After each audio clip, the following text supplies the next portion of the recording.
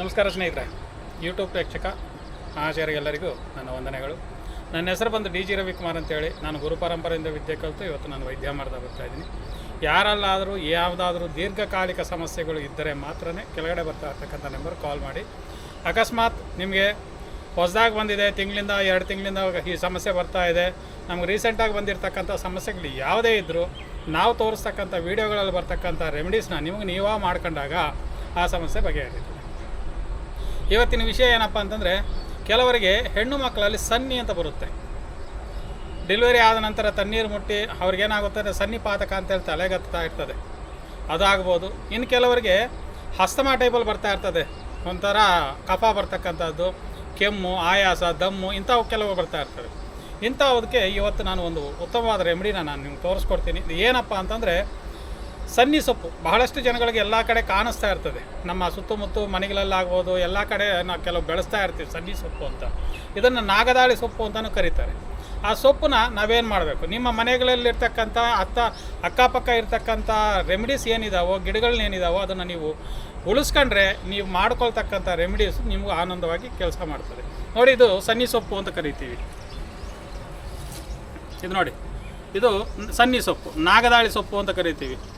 ಇದನ್ನು ಮೂಸು ನೋಡಿದ್ರೆ ಒಂಥರ ಗಬ್ಬು ವಾಸನೆ ಹೊರಿತದೆ, ಅದು ಆದರೂ ಒಂಥರ ಚೆನ್ನಾಗಿರುತ್ತೆ ಸ್ಮೆಲ್ ನೋಡೋದಕ್ಕೆ. ಇದು ಗಬ್ಬು ವಾಸನೆ ಬಂದರೂ ತುಂಬ ಚೆನ್ನಾಗಿರುತ್ತೆ ಸ್ಮೆಲ್ಲು.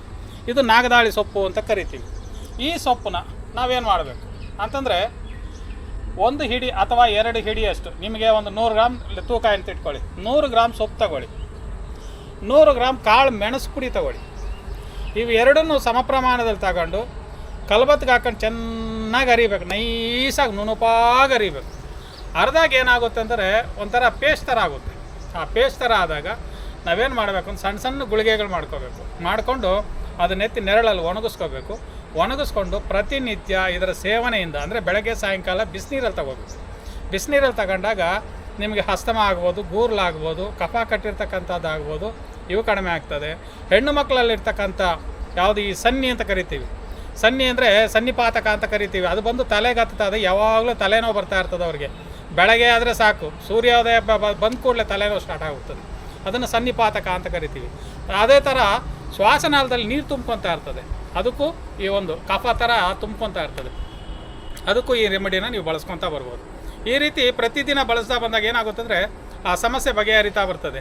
ಯಾವುದೇ ಕಾರಣಕ್ಕೂ ಪಥ್ಯ ಮಾತ್ರ ತಪ್ಪಂಗಿಲ್ಲ. ಯಾವ ರೀತಿ ಅಂತಂದರೆ, ಸನ್ನಿಪಾತಕ ಇರ್ತಕ್ಕಂಥವ್ರು ಆಗ್ಬೋದು, ಶೀತ ಪದಾರ್ಥಗಳು ತಿನ್ನಂಗಿಲ್ಲ. ಯಾವ್ಯಾವುದು ಅಂದರೆ ನೋಡಿ, ಮೊದಲನೇದಾಗಿ ದಂಟಿನ ಸೊಪ್ಪು, ತೊಂಡೆಕಾಯಿ, ಚಪ್ಪರದ ಬದನೆಕಾಯಿ, ಸೀತಾಫಲ, ಬಾಳೆಹಣ್ಣು, ಈ ಸೇಪೆಕಾಯಿ, ಇಂಥ ಶೀತ ಪದಾರ್ಥಗಳನ್ನ ಬಂದ್ ಮಾಡಿ ನೀವು ಕರೆಕ್ಟಾಗಿ ಔಷಧಿ ಬಳಸಿದ್ರೆ ಕಂಪಲ್ಸರಿ 100% ವಾಸಿ ಆಗ್ತದೆ. ಅಕಸ್ಮಾತ್ ನಮಗೆ ತುಂಬ ದೀರ್ಘಕಾಲಿಕ ಸಮಸ್ಯೆಗಳಿದೆ, ನಾವು ಮಾಡ್ಕೊಳ್ಳೋಕ್ಕಾಗೋದಿಲ್ಲ ಅಂತಕ್ಕಂಥವ್ರು ಯಾರಾದರೂ ಇದ್ದರೆ ಕೆಳಗಡೆ ಬರ್ತಾ ಇರ್ತಕ್ಕಂಥ ನಂಬರ್ ಕಾಲ್ ಮಾಡಿದ್ರೆ ಅದಕ್ಕೆ ಸಂಬಂಧಪಟ್ಟಿರ್ತಕ್ಕಂಥ ಔಷಧಿಗಳಿರ್ತವೆ, ಕಲಿಸ್ಕೊಡ್ತೀನಿ. ಬಳಸ್ಕೊಂಡು ಆ ರೋಗದಿಂದ ಮುಕ್ತರಾಗಬೇಕು ಅಂತ ತಿಳಿಸ್ತಾ ಈ ವಿಡಿಯೋ ಮುಗಿಸ್ತಾ ಇದ್ದೀನಿ. ನಮಸ್ಕಾರ.